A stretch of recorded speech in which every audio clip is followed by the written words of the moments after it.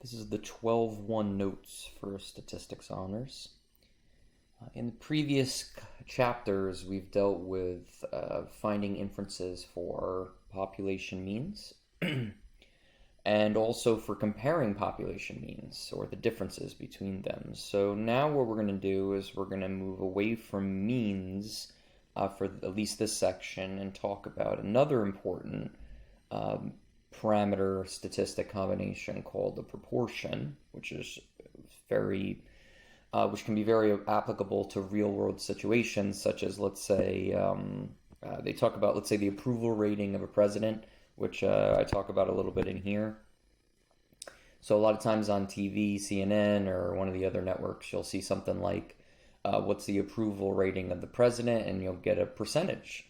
So you're not going to get a number like, hey, 50,000 approve and whatever 30,000 don't. You're not going to get that. Instead, you're going to get percentages, like his approval rating is 45% or 32% or 21%, whatever it is. So the key is we're going to we need a new variable and a new statistic parameter combination to deal with proportions. So that's actually where this chart comes in here. So far, we always have been using the statistic x bar, or sample mean, in order to estimate our population mean, our parameter mu. That was the point of all of the things that we've been doing so far. So the new variables that we're going to use for proportions are a little bit different, obviously. So we're going to be using the sample proportion, which we refer to as p hat.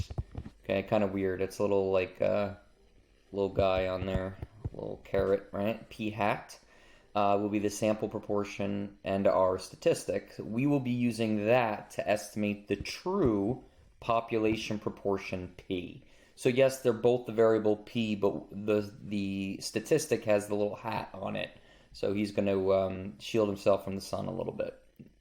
I'm being silly. What are some of the things that are important? So let's just say you know that there's you're looking for the sample proportion of people that decided to buy a TV that can't have the people that went into, let's say, Best Buy.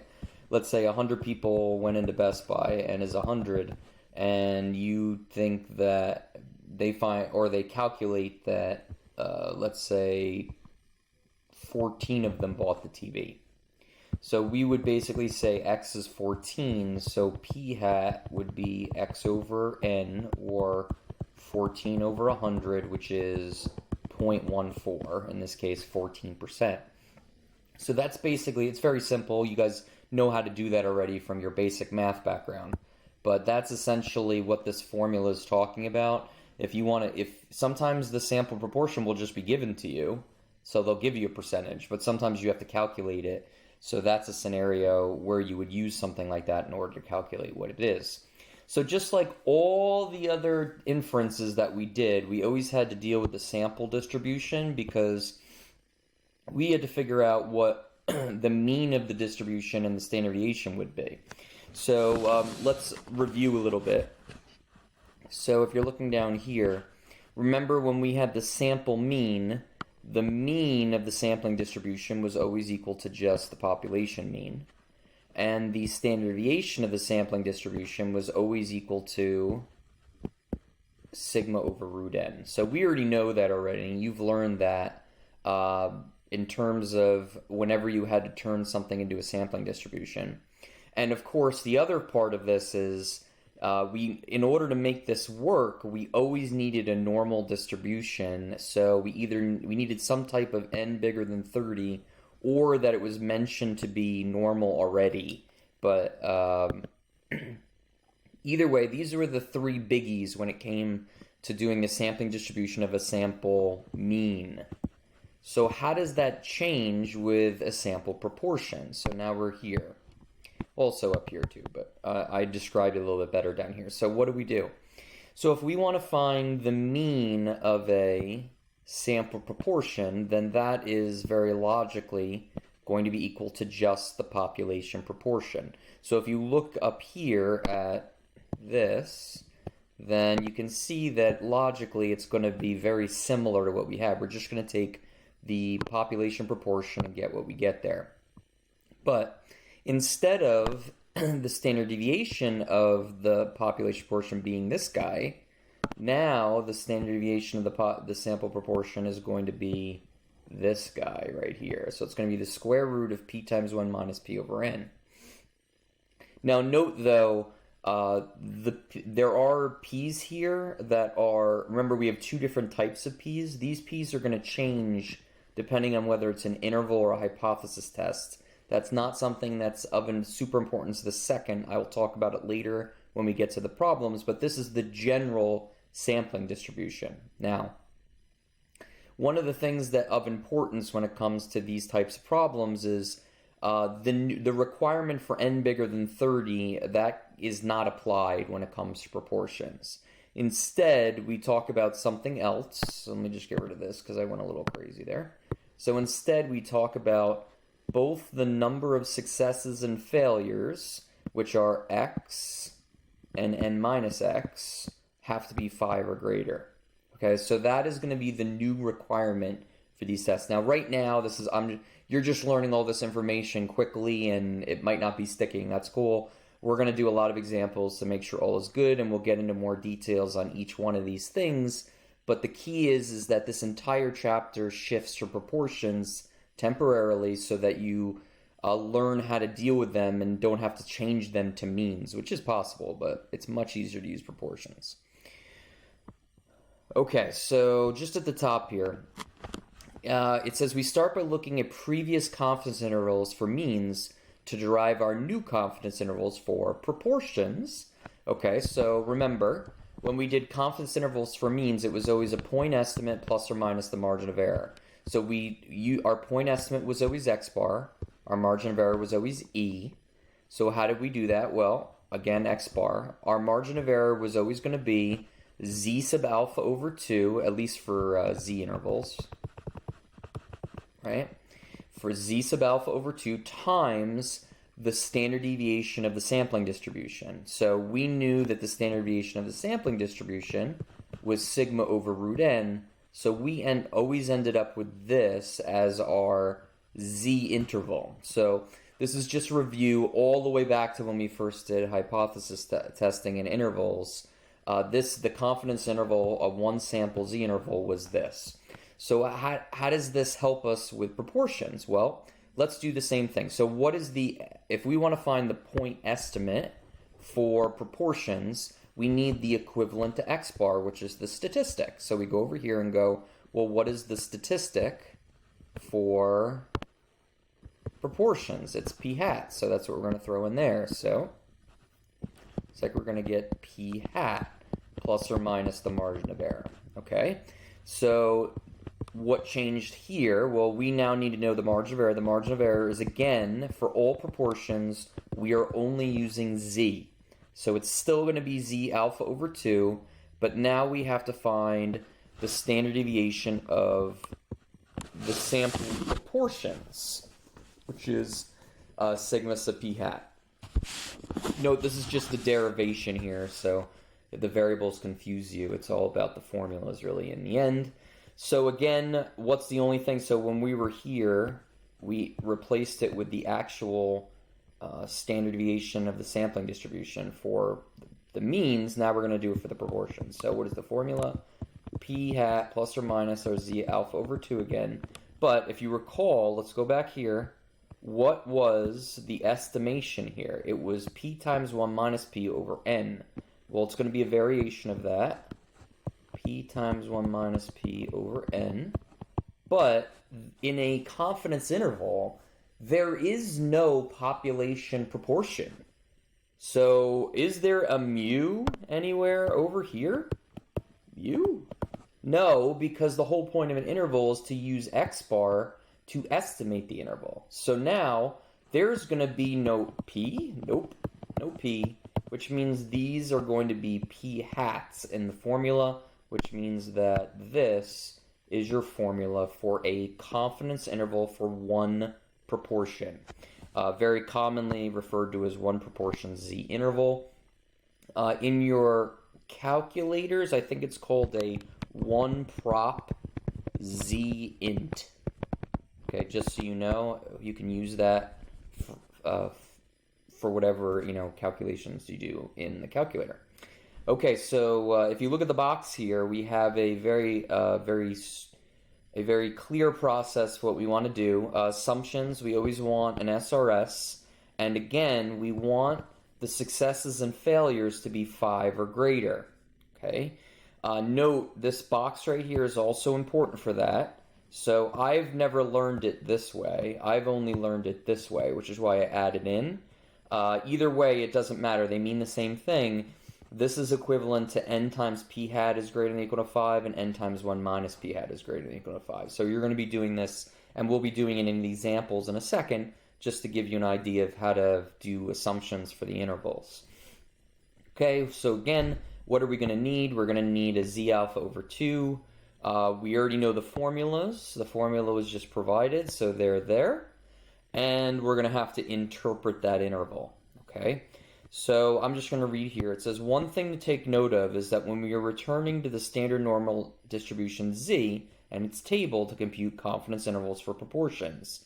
And to reiterate, the margin of error E is as follows. So if we return to our formula, remember, let me go crazy colors, this is always the margin of error, which means if you go down here, this is the formula for margin of error. So it's the same thing. So up there, down here, same thing.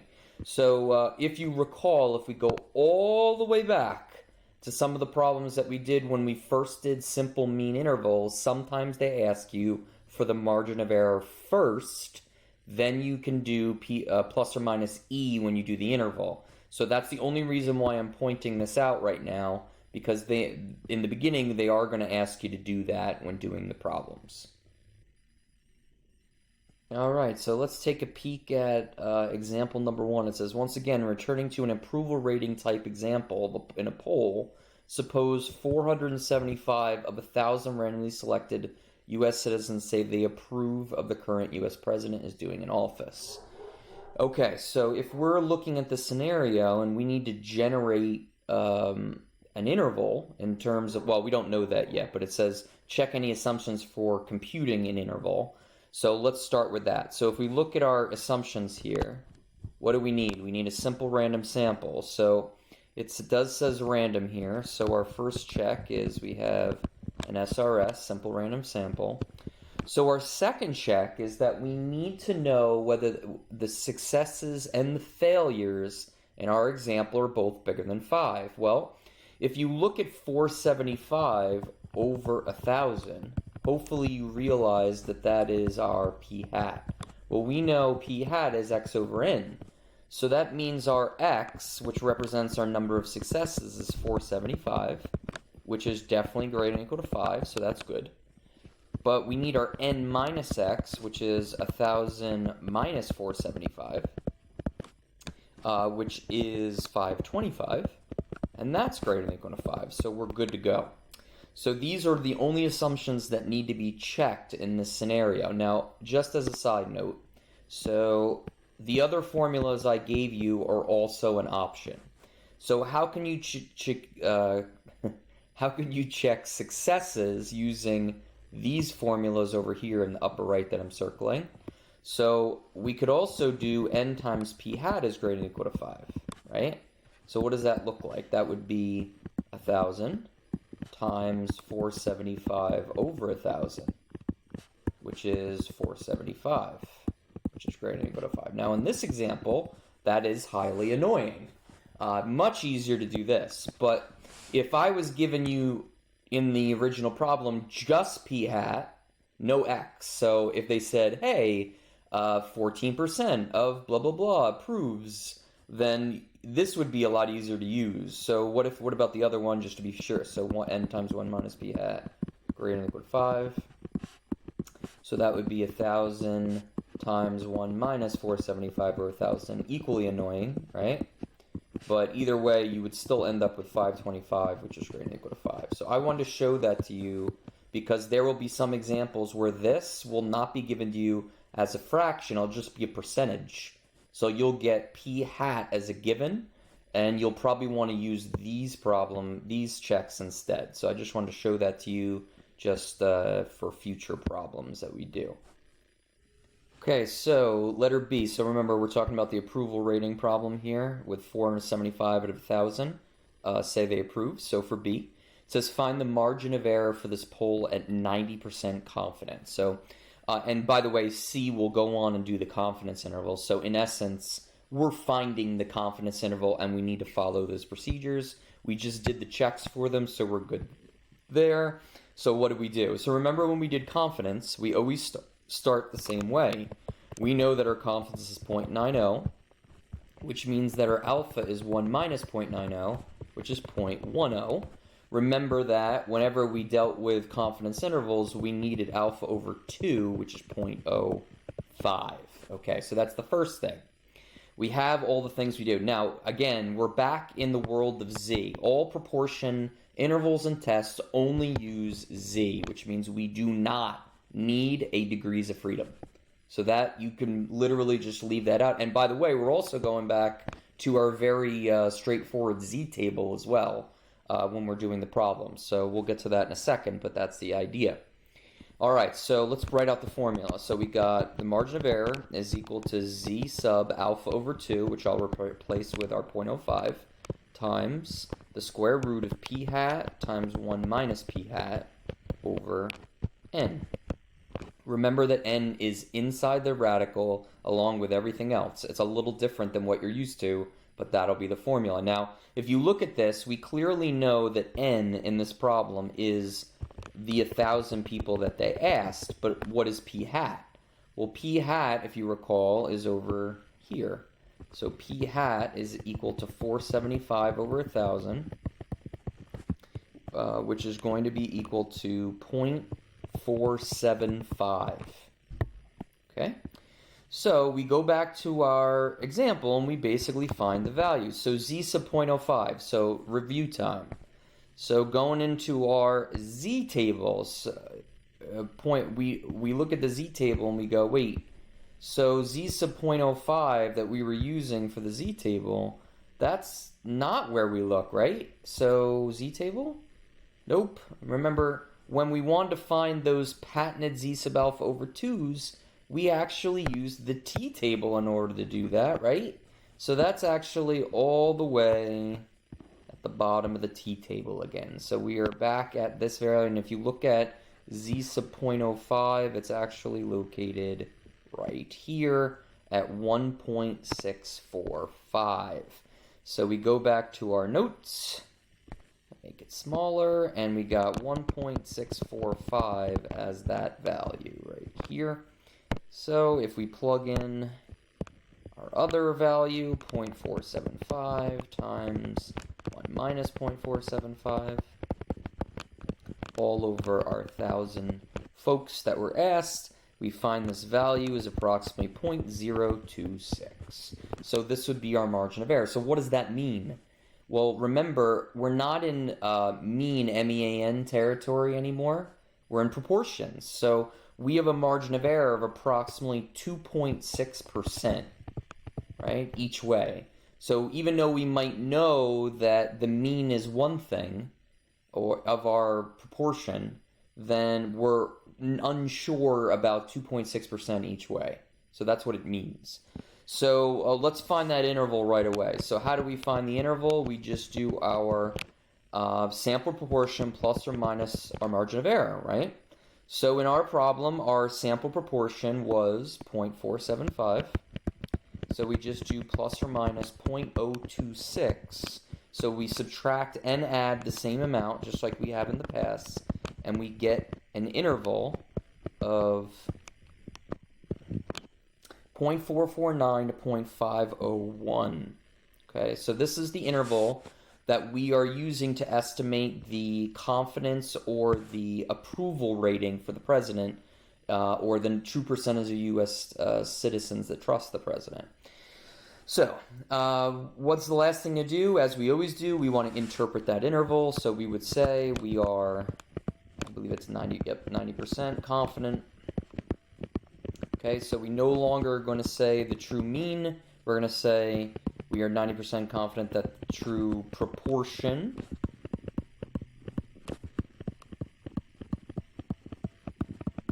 of U.S. citizens that approve the president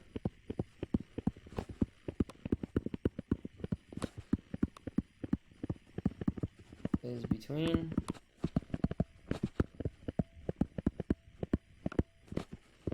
0.449 and 0.501. Okay, so just as before, we don't want to change the, we don't want to change the concept here at all with intervals. Remember that the whole point of an interval is to estimate mu. So we're saying that we believe the true, in this case, we want to estimate this is for means, by the way, means.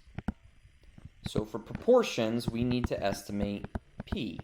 So we would say that the true proportion is of people who approve is somewhere in that value, somewhere. We don't know where it is, but we're 90% confident that it's somewhere in that spectrum of proportions. Okay, so let's start a new problem here. Well, the first thing I want you to do is I just want you to change this value here to 20%. I just want to give you an example of when in these scenarios where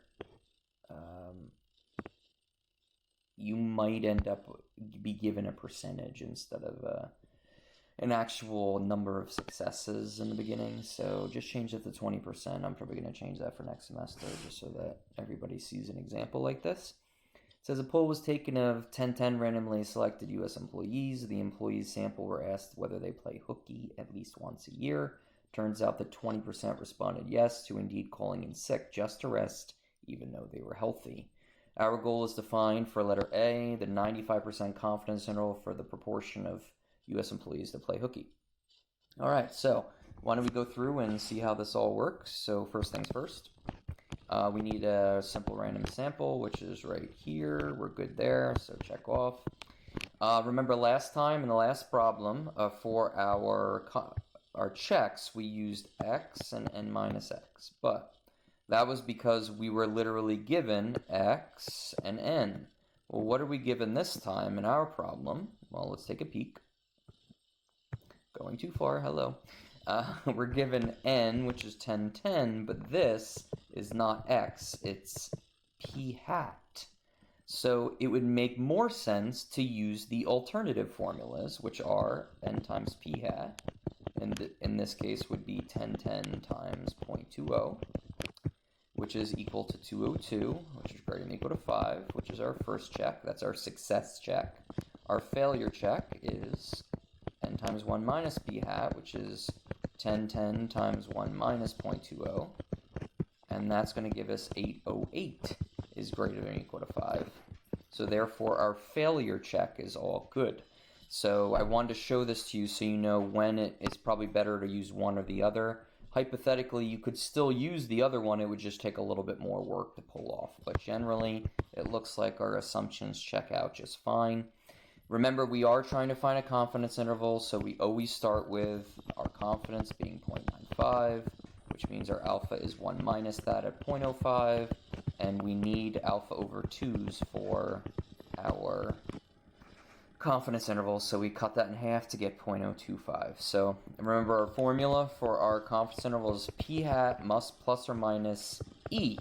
Well, e, we know what that is. E is z sub alpha over 2, which we know is 0.025, times the square root of p hat times 1 minus p hat all over n. So all we must do is sub in our values. So z sub 0.025, remember you're going to the t-table. So t-table is very usable. If you look at the t-table right here, z sub 0.025 is 1.960. So 1.960. So we're going to do 0.2, 1 minus 0.2 all over 1010. Do this calculation. this whole thing is 0.025. That is a very bad O. So if you do your interval, you get 0.175 and 0.225. Okay, so this is going to be your interval. So essentially, you're 95% confident that the true proportion of employees that play hooky is between 0.175 and 0.225. And these are obviously percentages as well, 17.5%, 22.5%. Okay, so let's say you have that. Now look at B. It says a local company claims that 15% of their employees play hooky at least once a year. Is this company consistent with the rest of the country? Well, this is the rest of the country. If you take your 15% that's sitting right here, you can clearly see that that does not fall in that interval. So since it doesn't fall in the interval, then we would say no, essentially. So I'm just going to write that out. So we would say no because P equals 0.15 does not fall in the interval.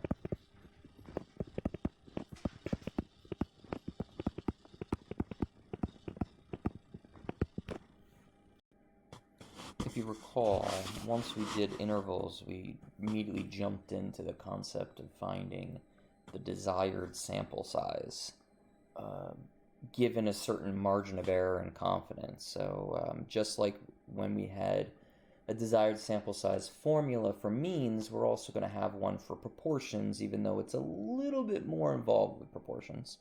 But just like we did last time, the best thing to do really is to derive what that actually is going to be. So just as a reminder, this is the formula for the margin of error in a proportion. So essentially, if we need to find n, we need to algebraically do so by solving for it. So what's the best thing to do in the beginning here? So if you look at z alpha over 2 on the left side, we really want to move that over to the left by division. So we're going to get e divided by z alpha over 2 is equal to square root of p hat times 1 minus p hat over n. Okay, why is it valuable to do that right now? Because if you look at the right side, we have a radical. We obviously do not want that radical, so we need to square both sides. So we're going to get e over, again, z alpha over 2 squared is equal to p hat times 1 minus p hat over n. All right, so a lot going on here. So what next? Well, if you look at our setup, this n is what we need to solve for, but we don't want it in the denominator, so there's a bunch of ways to do this, of course. But maybe we multiply both sides by n right now. So we're going to get n times, and then I'm going to square these now, each one. E squared over z squared, alpha over 2, is equal to p hat times 1 minus p hat. Okay, so the last thing is we need to isolate this. So we need n by itself over here. So we need to divide both sides by this or multiply both sides by the reciprocal. Either one gets you the same result. So what I'm going to do is I'm going to rewrite what's over on this side, but then I'm going to take the reciprocal of this and multiply over here. So we're going to get z squared alpha over 2 over e squared. So this is actually the formula for desired sample size in a proportion. And if you look down here, basically the difference is just that the square is on both of them on the outside. Obviously, it's a little bit more streamlined of a formula, so feel free to use that. But that is the formula for desired sample size for a proportion. Now, remember last time we had a desired sample size formula for means. It turns out with that formula, it was very logical in order to use it because we knew the confidence interval or confidence level to find z, we knew the margin of error, which was e, and we knew sigma, the standard deviation, and we could easily find the desired sample size. Now this formula is a little bit different in terms of logic. Why? Look at what's going on over here, specifically here. So it's basically asking, we need to find the sample size. So the sample hasn't been taken yet. So the question is, how do we find p hat if there's no sample? Hopefully you understand that p hat is calculated from a sample, which means it's very illogical in order to find a desired sample size using a p hat that we can't find. So the key is understanding that p hat in this formula is always estimated. Okay, that's the key. So we actually, if it's starting right here, we actually call it one of the options a conservative approximation. So what is a conservative approximation? What is the most conservative? It's simply the dead middle 0.5 of proportions. So if we made this 0.5 and this 0.5 and we did this calculation, it's right here, we would get 0.25 as this entire value right here. So one of the formulas they use for desired sample size of proportion is the formula that you see up here, but with 0.25 substituted for p hat times 1 minus p hat. So just to be clear, this is one of those formulas. Now this is when you don't have any idea what that estimate could be, the proportion, so you make your most conservative guess and you make it 0.25. So let's do a problem using that. It says a cell telephone manufacturer releases a model of the most popular cell phone but ends up with many customer complaints. Many of the phones are returned for repair or replacement, therefore the manufacturer wants to estimate the magnitude of the issue. How many cell phones should be sampled and inspected in order to estimate the fraction defective P within a margin of error of 0.01 with 90% confidence? Alright, so the key is when we're doing these problems is, in this problem, they didn't say anything about a proportion anywhere. So if you look over in this entire problem, they didn't mention any type of proportion. So we need to find a desired sample size. So the formula is, as you see above, 0.025 times z alpha over 2 over e squared. Now, why did we use 0.025? Because we're making a sort of a conservative approximation of what the proportion would be. Whether that's realistic or not is a different story right now. I'll get to that in a second, but for now, we're just going to make this a conservative estimate. That's going to be our goal that we're going to go through here. So, the key of understanding this is we have a margin of error, right? That's right there. We have a confidence level. Well, that is going to help us find z. Once we have that, we already have everything we need in order to find this calculation. So that's what we basically have to do right away. So let's take a peek. So first thing, we keep the 0.025. Okay, in our problem we have c is 0.90, which means alpha is 0.10, and alpha over 2 is 0.05. So we, in this problem, need to find z is being z sub 0.05. So what I'm just going to put it here, like we usually do, z sub 0.05. So z sub 0.05, you look it up at the bottom of the t-table, is going to be 1.645. Our margin of error that was provided was 0.01. We just need to square that, which is, by the way, one of the most popular mistakes that students make. If we find this value, we're going to get 6,765.0625. Now, if you recall, hopefully all is good with this, is we always round up when it comes to desired sample size. So we get 6,766 cell phones we need to sample so that we can get at 90% confidence get a margin error of 0.01 in terms of the defective cell phones. Okay, so here's the rub, though, when it comes to this problem. We basically used p hat as equals to 0.50 as our estimated sample proportion of phones that are defective. But how realistic is it that they sent out millions of phones and half of them are defective? It's just not realistic. That would not happen. So in these scenarios, what we want to do is we want to use a better guess for what that estimate is going to be. So you can make the conservative of 50% as your possible, estimation of that, but sometimes you need to do better. So why don't we use a more reasonable bet of 0.10? Now, even that's high, folks. I mean, 1 out of every 10 cell phones is defective. That's pretty high, right? So, but let's just use it to be a little less conservative and more towards the real goal. So in that case, we would go back to our formula and we would just put in our conservative guess into the two p hats. Now, the formula they use in the book is this one right here. So they have p hat sub g. So what do you think G stands for? G stands for guess. Okay, so it's your best guess for your p hat. So we go back to that formula and we go, all right, well, let's do it again. But this time, the formula is p hat times 1 minus p hat.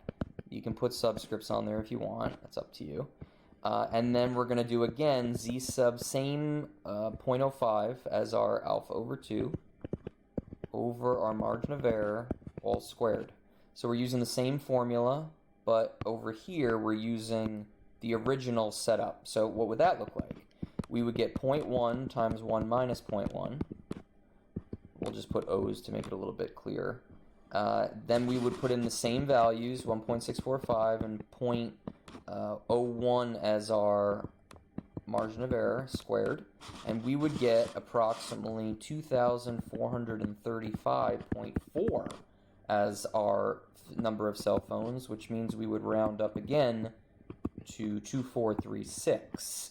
So you can see that when we had the very unrealistic half of cell phones, we needed more than 6,000, almost 7,000 cell phones in order to reach the margin of error we need. But when we went to a better guess for the likelihood of cell phones, then we only needed to sample 2,436 cell phones to reach that same margin of error. And of course, if we went even lower to probably 1% or 2% would probably be better, we would end up with a lower desired sample size. So this is an example of how to use this. It's very straightforward. Most students understand it. Just realize that sometimes there's a conservative guess, which would result in a 0.25 here, and sometimes you use the actual formula in order to figure out what that value is going to be.